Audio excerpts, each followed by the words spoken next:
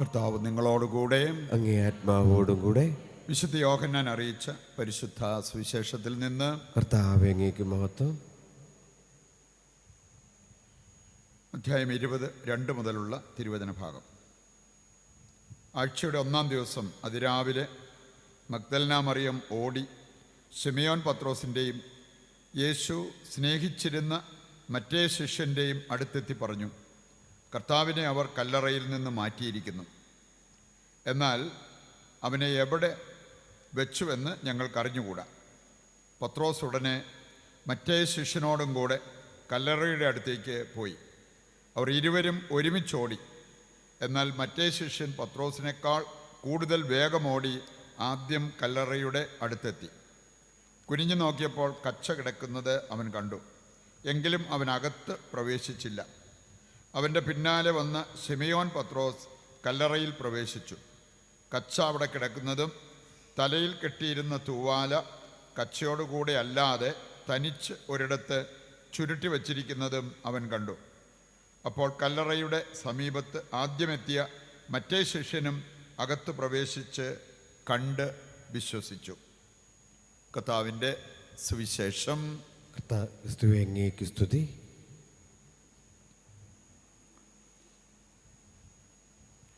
ഈശോയിൽ പ്രിയപ്പെട്ടവരെ, യോഹന്നാൻ ശ്ലീഹായെ പ്രത്യേകം നമ്മൾ അനുസ്മരിക്കുമ്പോൾ ഏതാനും കാര്യങ്ങൾ നമ്മുടെ ശ്രദ്ധയിൽപ്പെടുന്നത് വളരെ നല്ലതാണ്. സാധാരണ നമ്മൾ പറയാറുണ്ട്, 12 അപ്പസ്തോലന്മാരിൽ യോഹന്നാൻ ഒഴികെ ബാക്കിയുള്ള എല്ലാവരും രക്തസാക്ഷികളായി. രക്തസാക്ഷികൾ. യോഹന്നാൻ്റെ കാര്യവും പറഞ്ഞിരിക്കുന്നത്, യോഹന്നാനെ അവർ തിളച്ച എണ്ണയിലിട്ട് വറക്കാൻ നോക്കിയതാണ്, പക്ഷേ അത് വിഫലമായി. അങ്ങനെയാണ് അദ്ദേഹം ഇങ്ങനെയൊരു അവസാനം രക്തസാക്ഷിയായിട്ട് മരിക്കുന്ന ഒരു രംഗമില്ലെങ്കിലും ശരിക്കും രക്തസാക്ഷി എന്ന് നമുക്ക് പറയാൻ പറ്റും. യോഹന്നാൻ്റെ നമുക്കറിയാം, യോഹന്നാൻ്റെ സഹോദരനാണ് വലിയ യാക്കോബ്. ഈ സ്നാപക യോഹന്നാൻ്റെ 3 ശിഷ്യന്മാരിൽ ഒരാളാണ് യോഹന്നാൻ. യേശുവിൻ്റെ അരിമ ശിഷ്യൻ എന്നറിയപ്പെടുന്ന വ്യക്തിയാണ് യോഹന്നാൻ. സുവിശേഷം എഴുതിയ, അതുപോലെ തന്നെ 3 ലേഖനങ്ങൾ യോഹന്നാൻ്റെ ഉണ്ട്. പിന്നെ വെളിപാട്. ഇതെല്ലാം യോഹന്നാൻ രചിച്ച ഗ്രന്ഥങ്ങളാണ്. അപ്പോൾ ആ രീതിയിൽ നോക്കുമ്പോൾ ഒരുപാട് ആത്മീയമായിട്ട് വളർന്ന് ആത്മീയതയിലേക്ക് മറ്റുള്ളവരെ നയിക്കാനായിട്ട് നോക്കിയ ഒരു വ്യക്തിയാണ് വിശുദ്ധ യോഹന്നാൻ എന്ന് നമുക്ക് മനസ്സിലാക്കാൻ പറ്റും. യേശുവിൻ്റെ പ്രധാനപ്പെട്ട രംഗങ്ങളിലൊക്കെ, അതായത് ലാസറിനെ ഉയർപ്പിച്ച രംഗം, താബോർ മലയിൽ രൂപാന്തരപ്പെട്ട രംഗം, ഗത്സമൻ തോട്ടത്തിൽ യേശു പ്രാർത്ഥിക്കുന്ന രംഗം, അങ്ങനെയുള്ളിടത്തെല്ലാം ഒരു കോർ ഗ്രൂപ്പ് ഉണ്ടായിരുന്നു. യോഹന്നാൻ, യാക്കോബ്, ഈ 3 പത്രോസ്, അങ്ങനെ 3 പേര് കോർ ഗ്രൂപ്പ് പോലെ പ്രവർത്തിച്ചിരുന്ന ഒരു ഗ്രൂപ്പാണ് എന്ന് നമുക്ക് മനസ്സിലാക്കാൻ സാധിക്കും. കാരണം പ്രധാനപ്പെട്ട ഈ രംഗങ്ങളിലെല്ലാം ഇവർ 3 പേരായിരുന്നു യേശുവിനോട് അടുത്ത് നിന്ന്. നമുക്ക് 4 സുവിശേഷങ്ങളുണ്ട്. 3 സുവിശേഷങ്ങൾ സമാന്തര സുവിശേഷങ്ങളെന്നാണ് അറിയപ്പെടുന്നത്. പക്ഷെ 4-ാമത്തെ സുവിശേഷം, യോഹന്നാൻ്റെ സുവിശേഷം, അതിൽ നിന്നും വ്യത്യസ്തമാണ്. യോഹന്നാൻ സുവിശേഷം എഴുതുമ്പോൾ ബാക്കി 3 സുവിശേഷങ്ങളും അദ്ദേഹത്തിൻ്റെ മുമ്പിൽ ഉണ്ടായിരുന്നു. ഇനി അതുകൊണ്ട് തന്നെ കുറേ കാര്യങ്ങളൊക്കെ അതിനകത്ത് എടുത്തിട്ടുണ്ടെങ്കിലും യോഹന്നാൻ്റെ ഭാഷ, ശൈലി, ഇങ്ങനെയുള്ള കാര്യങ്ങളെല്ലാം നോക്കുമ്പോൾ സമാന്തര സുവിശേഷങ്ങളിൽ നിന്നും വ്യത്യസ്തമായിരിക്കുന്നത് നമുക്ക് കാണാൻ പറ്റും. യോഹന്നാൻ്റെ എഴുത്ത് സുവിശേഷമാണെങ്കിലും അതുപോലെ തന്നെ ലേഖനങ്ങളാണെങ്കിലും നമ്മൾ പരിശോധിച്ചാൽ നമുക്ക് കാണാൻ പറ്റുന്നൊരു കാര്യം, അവിടെയെല്ലാം നിറഞ്ഞു നിൽക്കുന്ന ഒരു സന്ദേശം, അത് സ്നേഹമാണ്. ദൈവം സ്നേഹമാണെന്ന് പഠിപ്പിച്ചത് യോഹന്നാൻ ശ്ലീഹായാണ്. 1 യോഹന്നാൻ 4-ാം അധ്യായം 8-ാമത്തെ വചനം വായിക്കുമ്പോൾ, സ്നേഹിക്കാത്തവർ ദൈവത്തെ അറിയാത്തവരാണ്, കാരണം ദൈവം സ്നേഹമാണ് എന്ന് യോഹന്നാൻ പഠിപ്പിച്ചിരിക്കുന്നത് കാണാൻ പറ്റും. അതുപോലെ തന്നെ നമുക്ക് പരസ്പര സ്നേഹം, അതിൻ്റെ ആവശ്യകതയെക്കുറിച്ച് ഏറ്റവും കൂടുതൽ പഠിപ്പിച്ചിരിക്കുന്നത് യോഹന്നാൻ ശ്ലീഹയാണ്.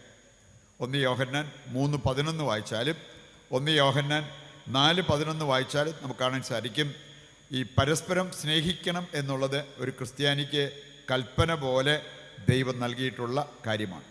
പറയുണ്ട്, സ്നേഹം എന്ന വിഷയം ഏറ്റവും ആഴത്തിൽ പഠിപ്പിച്ചിരിക്കുന്നത് ദൈവം സ്നേഹമാണെന്നും നാം പരസ്പരം സ്നേഹിക്കണം എന്ന ആ വിഷയം ഏറ്റവും ആഴമായിട്ട് പഠിപ്പിച്ചിരിക്കുന്നത് യോഹന്നാൻ ശ്ലീഹയാണ്. ഈ യോഹന്നാൻ ശ്ലീഹ പഠിപ്പിച്ച ഈ വിഷയം, സ്നേഹം എന്ന വിഷയം, അതേക്കുറിച്ച് നമ്മൾ ബോധ്യപ്പെട്ടിരിക്കണം. അതല്ലാതെ നമ്മൾ ക്രിസ്ത്യാനികളാകത്തില്ല. യോഹന്നാൻ 13-ാം അധ്യായത്തിൻ്റെ 35 വായിച്ചാൽ അവിടെ പറഞ്ഞിട്ടുണ്ട്, നിങ്ങൾ പരസ്പരം സ്നേഹിക്കുന്നത് കണ്ടിട്ട് നിങ്ങൾ ക്രിസ്ത്യാനികളാണെന്ന് മറ്റുള്ളവർ പറയണം. അപ്പം അതുകൊണ്ട് കൊന്തയിട്ടെന്ന് വിചാരിച്ചോ ബന്ധിങ്ങം ധരിച്ചെന്ന് വിചാരിച്ചോ നമ്മൾ ക്രിസ്ത്യാനികളാകണമെന്നില്ല. ഒരുപാട് നല്ല പടങ്ങൾ കൈവശം വെച്ചതുകൊണ്ട്, വീട്ടിൽ വെച്ച് സ്ഥാപിച്ചിരിക്കുന്നത് കൊണ്ട് ക്രിസ്ത്യാനികളാകണമെന്നില്ല.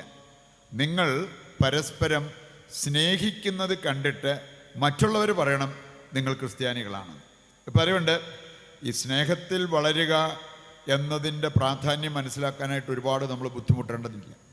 ഇനി സ്നേഹത്തിൽ നമ്മൾ വളരുന്ന കാര്യത്തിൽ പരാജയപ്പെട്ടാൽ ജീവിതത്തിൽ തന്നെ പരാജയപ്പെടുകയാണ്. അത് ഒരു പരീക്ഷയിൽ പരാജയപ്പെടുന്നത് പോലെയൊന്നുമല്ല, ബിസിനസ്സിൽ പരാജയപ്പെടുന്നത് പോലെയൊന്നുമല്ല.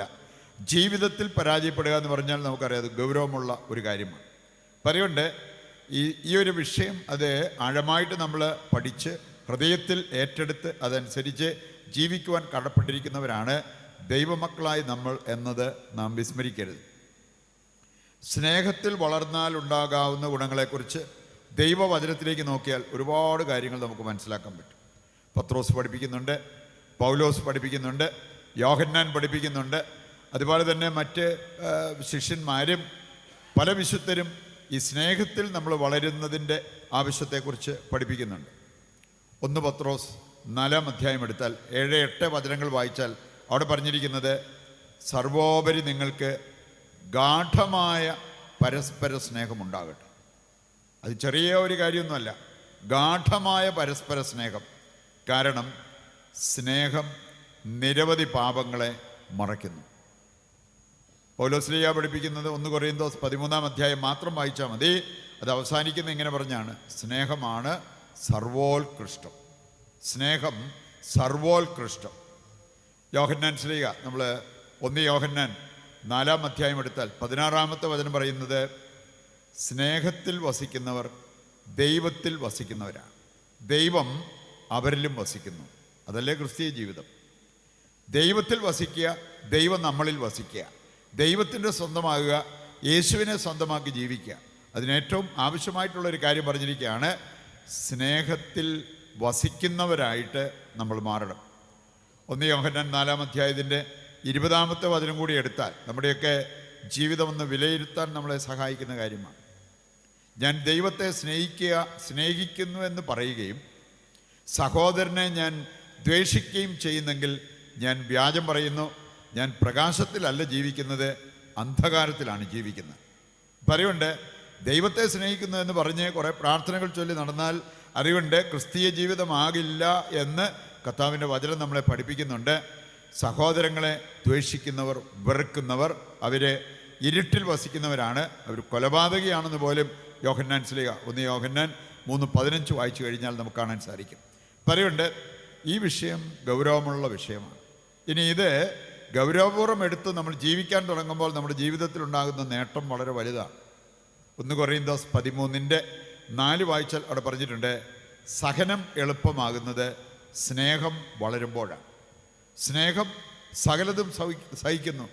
പഴയ നിയമത്തിൽ നമ്മൾ കാണുന്നുണ്ട്, ഉൽപ്പത്തി പുസ്തകം 29-ന്റെ 20-ാമത്തെ വചനം എടുത്താൽ, യാക്കോബിന് ഒരു പ്രണയം ഉണ്ടായിരുന്നത് കൊണ്ട് ആ പ്രണയം മൂലം റേച്ചലിനെ അവൻ സ്നേഹിച്ചതുകൊണ്ട് ലാബാൻ്റെ കീഴിൽ 7 വർഷം ജോലി ചെയ്തത് ഏതാനും ദിവസങ്ങൾ പോലെ കടന്നുപോയി. നമ്മളൊക്കെ ഈ ചെറിയ സഹനം വരുമ്പോഴേ ഭയങ്കരമായിട്ട് ഭാരപ്പെടുന്നത് പോലെ നമുക്ക് അനുഭവപ്പെടുന്നുണ്ടെങ്കിൽ ഒരു ചെറിയ ത്യാഗത്തിന് പോലും നമ്മൾ തയ്യാറാകാതെ, എന്നാൽ നമ്മൾ പ്രാർത്ഥനക്കാരാണ്, നമ്മൾ വിശ്വാസികളാണെന്ന് പറയുകയും ചെയ്യുമ്പോൾ ഒരു കാര്യം നമ്മൾ ഓർക്കണം, സ്നേഹത്തിൽ വളർന്നിട്ടില്ല. സ്നേഹത്തിൽ വളർന്നവർക്ക് വലിയ ഒരു ത്യാഗം പോലും അത് ഈസി ആയിട്ട് അവരുടെ ജീവിതത്തിൽ അനുഭവപ്പെടും എന്നുള്ളത് ദൈവത്തിൻ്റെ വചനം നമ്മെ പ്രത്യേകം പഠിപ്പിക്കുന്ന കാര്യമാണ്. അപ്പം അതുകൊണ്ട് ഒരുപാട് കാര്യങ്ങൾ നമ്മുടെ ശരീരത്തെ നിയന്ത്രിച്ച് കീഴടക്കാൻ പോലും നമുക്ക് സാധിക്കുന്നത് സ്നേഹത്തിൽ നമ്മൾ വളരുമ്പോഴാണ്. എഫേസസ് 4-ാം അധ്യായം 16-ാമത്തെ വചനം പറയുന്നുണ്ട്, നിൻ്റെ ശരീരത്തിൻ്റെ എല്ലാ സന്ധിബന്ധങ്ങളും ദൈവത്തിൻ്റെ സ്നേഹത്തിൽ രൂപപ്പെടണം. അങ്ങനെ സംഭവിച്ചു കഴിഞ്ഞാൽ പിന്നെ നമുക്ക് കണ്ണുകളെ നിയന്ത്രിക്കാനോ ചിന്തകളെ നിയന്ത്രിക്കാനോ ഒന്നും ഒരു ബുദ്ധിമുട്ടും വരത്തില്ല. വികാരങ്ങളുടെ അടിമകളായിട്ട് നമ്മൾ കഴിയത്തില്ല. വികാരം നമ്മുടെ നിയന്ത്രണത്തിലായി മാറുന്നത് നമുക്ക് കാണാൻ പറ്റും. ഇങ്ങനെയുള്ള കാര്യങ്ങൾ ഏറ്റെടുത്ത് കഴിയുമ്പോഴാണ് യഥാർത്ഥ ക്രിസ്തീയ ജീവിതം നമുക്ക് നയിക്കാൻ സാധിക്കുന്നത്. അതിനുവേണ്ട കൃപയ്ക്കും അനുഗ്രഹത്തിനുമായിട്ട് വിശുദ്ധ യോഹന്നാൻ്റെ മാധ്യസ്ഥം നമുക്ക് തേടുകയും അദ്ദേഹത്തിൻ്റെ ജീവിതവും അദ്ദേഹത്തിൻ്റെ പഠനവും അനുകരിക്കാനായിട്ട് നമുക്ക് പ്രത്യേകം പരിശ്രമിക്കുകയും ചെയ്യാം.